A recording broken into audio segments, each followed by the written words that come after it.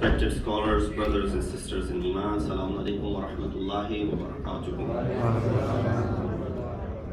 The word rahmah comes from the root rahmah, which means womb.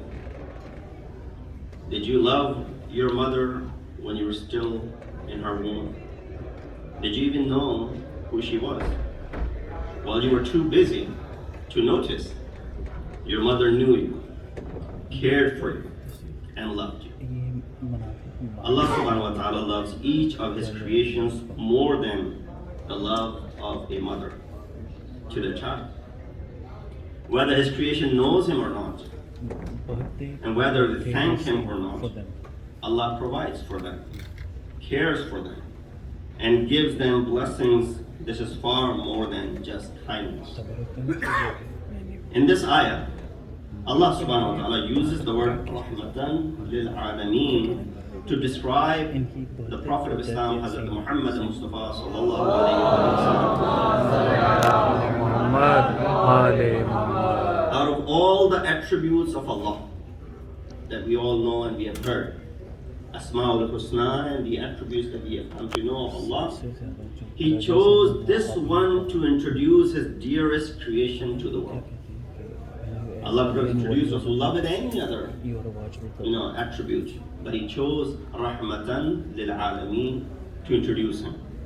Rasulullah, who was born in a society in which people were selfish, they were hateful, they were mean, but He stood out like a fresh rose among a pile of brown mud.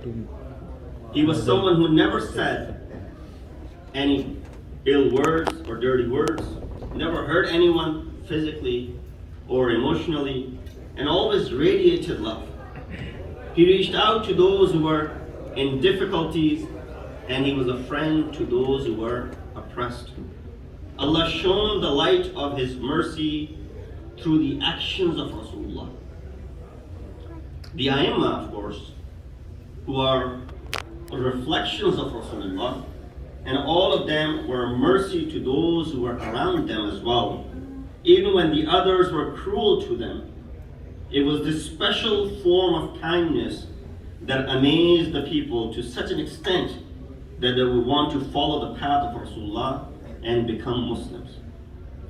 We find that, of course, the life of Rasulullah took him from the cruelty that he faced in the city of his birth. Allah commanded him to travel and to migrate to Yathrib, later known as Madinatul Munawwara, because of the harsh situations that he faced back in Mecca. Shaykh Abi Talib, how can you forget the 3 years that Prophet and his close companions and family spent in such boycott and cruelty. After he established a government, which previous scholars alluded to, in the city of Medina, and after having established himself and becoming strong, what is the command of Allah subhanahu wa ta'ala? Go back to Makkah.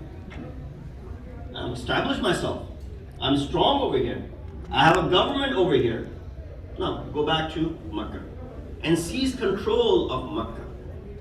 And when Rasulullah comes back, after having made the pact in Hudaybiyah, and then the conquest takes place in the 8th year after Hijrah, without a bloodshed, people were taken by surprise. Mushrikeen of Makkah, of course, they were terrified of what would happen to them. After Rasulullah, had a very hard beginning in the city of Makkah, and how they were so cruel to him, and how they had treated him all these years. Of course, this is the time for him to take his revenge. In fact, the companions were chanting, Al-Yawm Yawmul Malhama. Today is the day to take the revenge. Rasulullah responded by saying, no, Al-Yawm Yawmul Marhama. Instead, today is the day to show mercy. And when he stood in front of all of these people who were taken as prisoners, some of them actually had tortured Rasulullah, some of them actually plotted against him, tried to kill him. When he stood in front of all of these people, he said, how would you want me to treat you? How do you expect me to treat you? They said, you are a generous brother, son of a generous brother. We expect only charity and forgiveness from you. Rasulullah, he said, I will tell you what Yusuf has said to his brothers. La taqriba alaykum al-yawm. There's no blame on you today. Surah Yusuf, ayat number 92. Go now. I have set you all free. Rasulullah was merciful to all of mankind. One day, third Imam, Imam Hussein ibn Ali alayhi salatu wasalam, Allahumma salli ala. he asked his father, Amir al-Mu'mineen, describe Rasulullah to me. Of course, you spent more time with him. Describe Rasulullah. Imam, or describe his behavior outside the home. Imam replied, he would be very careful with the people and would be careful not to be impolite or to turn them away. Frowning, he would try and find out about the conditions of the people around him, his companions, and to ask people about the condition of others, such as their relatives and neighbors. And that is the reason Allah subhanahu wa ta'ala also decorated Prophet with another important attribute. Surah Qalam highlights that in ayat number 4, وَإِنَّكَ لَعَلَىٰ خُلُقٍ عَظِيمٍ. That indeed you are at the highest standards of morality. Now of course, He's a mercy which has been sent to all of mankind. As other speakers also alluded to, that it's not just for Muslims. That's why He's referred to as Rahmatan lil Alameen. Because He's sent by someone who is Rabbul Alameen. And He's given the Quran, which is Dhikrun lil Alameen. So when you put all of that together, you cannot have this Rasul exclusively for yourself. In other words, His mercy demands the message that He's been sent with, that it has to be universal. And with that said, His being mercy to mankind is based on the doctrine that He was sent. Now, if some follow that doctrine, good.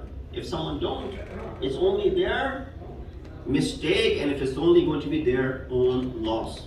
Give you an example. The concept can easily be understood by looking at the example of a hospital, which is equipped with expert doctors and the state-of-the-art facilities. Anyone who comes without any discrimination, will be provided for, and they can use this facility. With all that which is being provided, a person keeps away, doesn't take anything, doesn't benefit anything from this facility. Does that decrease anything as far as this facility is concerned? No, it is only the loss of that individual. Rasulullah's example is also the example of rain and sun, which do not deprive anyone. Unless, of course, people turn away from them. They are depriving themselves. And of course, as we see today, the world is in the grip of corruption and destruction. Injustice is widespread. Fire of wars in the name of jihad can be seen all over. The stronghold of vigorous pressurizes the oppressed. The reason is, and while somehow this is also blamed on Muslims as well, because of the atrocities that are being committed by them, is that when Rasulullah is sent as Rahmatul lil Alameen from someone who is Rabbul Alameen, and his Aimma personified the Rahmat in their character as well, it did not translate into us. Did not transfer into us. Our character did not portray and show this mercy, and that is the reason a lot of this conflict is there. We see many evils today. And in the society, everything, of course, we look at as a Muslim, our belief is that even if there are certain things which might seem like an evil today to you, it's still a mercy from Allah subhanahu wa ta'ala. I've given this example to my audiences before, that in fact, Jahannam and Shaitan are also mercy of Allah subhanahu wa ta'ala. So Molana, hold on a second. We understand Jannat and the prophets are the mercy. How can Jahannam and Shaitan be mercy of Allah subhanahu wa ta'ala? Isn't that contradiction? No, of course.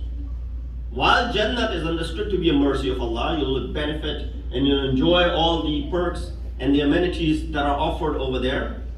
While Rasulullah and the companions and the Aimma are mercy, they did nothing but to guide mankind. Shaitan and Jahannam also serve as mercy of Allah subhanahu wa ta'ala. They're not purposeless. There's purpose behind it. An example that I usually give is that if there was no pain in your body, you will not be able to treat the illness that you're facing. So then pain becomes what? Mercy of Allah subhanahu wa ta'ala. Is pain a good thing? If someone is paining, is it a good thing? Say, no, you want to get rid of this pain. Take this medicine, take that medicine. Do this treatment, do that treatment.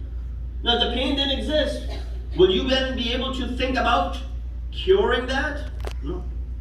If it was silent something inside your body, and it was slowly taking your life, you wouldn't realize it because there was no pain. Similarly, Jahannam is created with everything that is mentioned in Quran about it, and Shaitan is created with all the cruelty that he has to do what? To keep us on our toes and ready to stay away from them. And therefore serves the purpose of being mercy of Allah subhanahu wa ta'ala. So Prophet is mercy. Previous prophets were sent for a specific purpose. And groups, their risalat was based on tasrih with swad and hariqutti. That is why if they were belied by their nations, Allah would send wrath upon them right away, the nations. But the difference with our prophet is that our prophet Muhammad sallallahu alaihi wasallam, his risalah is based on ta'reed with a lot. Has two aspects, apparent and implied. That even when people went against him, Allah did not send his wrath upon people.